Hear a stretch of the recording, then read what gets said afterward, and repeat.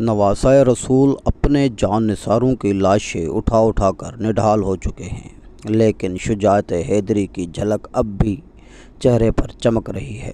شیر خدا کے شیر اپنے تمام اثاثے لٹانے کے بعد خود گھوڑے پر سوار ہوتے ہیں۔ حضرت بی بی زینب رکاب تھامتی ہے۔ یزیدی لشکر جب تلوار حیدری کو میدان میں دیکھتے ہیں تو ایک دفعہ ہلچل مچ جاتی ہے۔ ہر کوئی امام کے سامنے آنے سے ڈر رہا ہے، کیونکہ جانتے تو سبھی تھے کہ اب میدان میں کون اترا ہے۔ سبھی نے پیغمبر خدا حضرت محمد صلی اللہ علیہ وسلم کا فرمان سن رکھا تھا کہ حسین مجھ سے ہے اور میں حسین سے ہوں، لیکن بدبختوں کی آنکھوں پر لالچ اور طمع نے پردہ ڈال رکھا تھا۔ ہر کوئی دربار یزید میں اونچا مقام اور انعام اکرام حاصل کرنا چاہتا تھا، لیکن تاریخ نے ایسے بزدل فوج نہ دیکھی۔ سبھی ایک دوسرے کا منہ دیکھ رہے ہیں کہ شہسوار کربلا مقابلہ کون کرے گا۔ شجاعت حیدری کے وارث کو دیکھ کر یزیدی فوج نے نہ صرف انفرادی جنگ بندی کر دی بلکہ اجتماعی حملہ کرنے کا بھی کسی کی جرأت نہ ہو رہی تھی۔ جی یہ وہی شاہ سوار ہیں کہ جن کے بچپن میں ہی ان کی شہادت کی خبریں عام تھیں۔ ایک دفعہ حضرت جبریل امین حضور اقدس صلی اللہ علیہ وسلم کی بارگاہ میں حاضر تھے کہ وہاں حضرت امام حسین بھی تشریف لے آئے اور حضور صلی اللہ علیہ وسلم کی گود مبارک میں بیٹھ گئے۔ جبریل امین نے عرض کیا، اے اللہ کے رسول، آپ کی امت آپ کے اس بیٹے کو شہید کر دے گی۔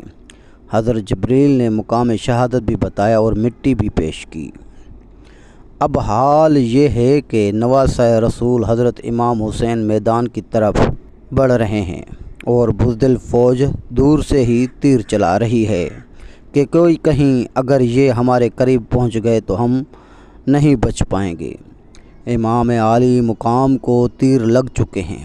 شمشیر حیدری پر پورا لشکر یکبارگی سے حملہ آور ہوتا ہے۔ خوف کے مارے فوجوں کی گردنیں کٹ رہی ہیں۔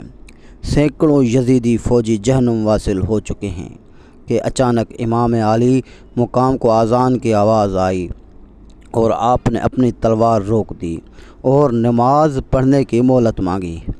یہی وہ وقت تھا کہ جب شمر کے جوش دلانے پر مالک کندی نے پیچھے سے ایک ایسا وار کیا کہ تلوار کلہ مبارک کو کاٹتی ہوئی سر تک پہنچ گئی۔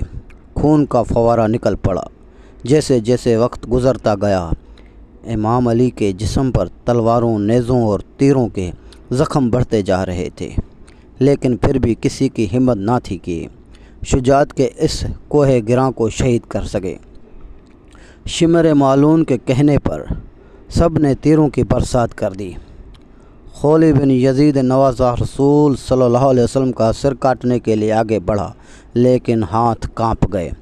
پھر شکی القلب بدبخت اور ذلیل سنان بن انس آگے بڑھا اور انعام و اکرام کی لالچ میں امام عالی مقام کا سر تن سے جدا کیا۔ مالون ابن زیاد کے حکم پر تمام سر نیزوں پر چڑھا دیے گئے اور جسم اطہر کو گھوڑوں کے ٹاپوں تلے پامال کیا گیا۔ شہادت حسین رضی اللہ تعالی عنہ تاریخ انسانی کا ایک غیر معمولی واقعہ ہے کہ پیغمبر کے پیروکاروں نے اپنے نبی صلی اللہ علیہ وسلم کے نواسے کو بے دردی سے شہید کر کے اس کا سر اقدس نیزے پر سجایا۔ یہی نہیں، خاندان رسول صلی اللہ علیہ وسلم کے شہزادوں اور اصحاب حسین کو بھی اپنے انتقام کا نشانہ بنا کر انہیں موت کے گھاٹ اتار دیا۔ نواسۂ رسول حسین ابن علی رضی اللہ تعالی عنہ اور ان کے 72 جانثاروں کے خون سے کربلا کی ریت ہی سرخ نہیں ہوئی، بلکہ اس سرخی نے ہر چیز کو اپنی لپیٹ میں لے لیا۔ محدثین بیان کرتے ہیں کہ امام عالی مقام کی شہادت پر نہ صرف دنیا روئی، زمین و آسمان بھی آنسو بہائے۔ محدثین بیان کرتے ہیں کہ نواسۂ رسول صلی اللہ علیہ وسلم کی شہادت کے وقت بیت المقدس میں جو پتھر اٹھایا گیا اس کے نیچے سے خون نکلا۔ شہادت حسین کے بعد ملک شام میں بھی جس پتھر کو ہٹایا گیا اس کے نیچے سے خون کا چشمہ ابل پڑا۔ محدثین کا کہنا ہے کہ شہادت حسین پر پہلے آسمان سرخ ہو گیا پھر سیاہ ہو گیا۔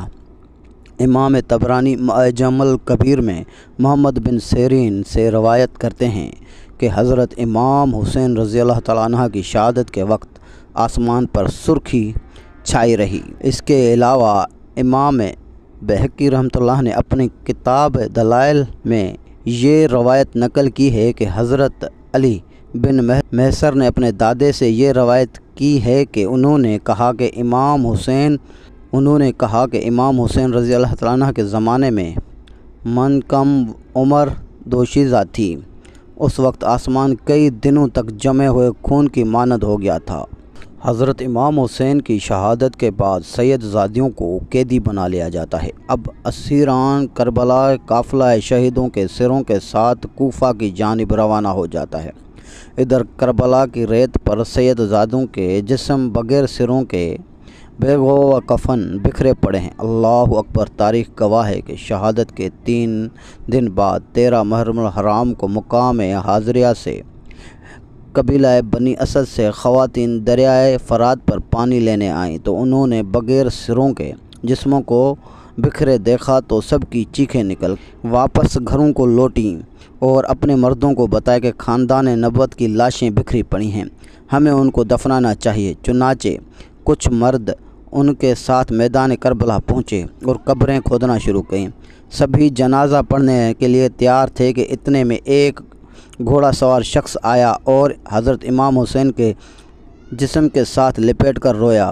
جب وہ گھوڑا سوار جانے لگا تو قبیلہ بنو اسد نے پوچھا کہ آپ کون ہیں؟ جواب ملا، میں علی بن حسین ہوں۔ یہ کہہ کر چل دیے اور نظروں سے اوجھل ہو گئے۔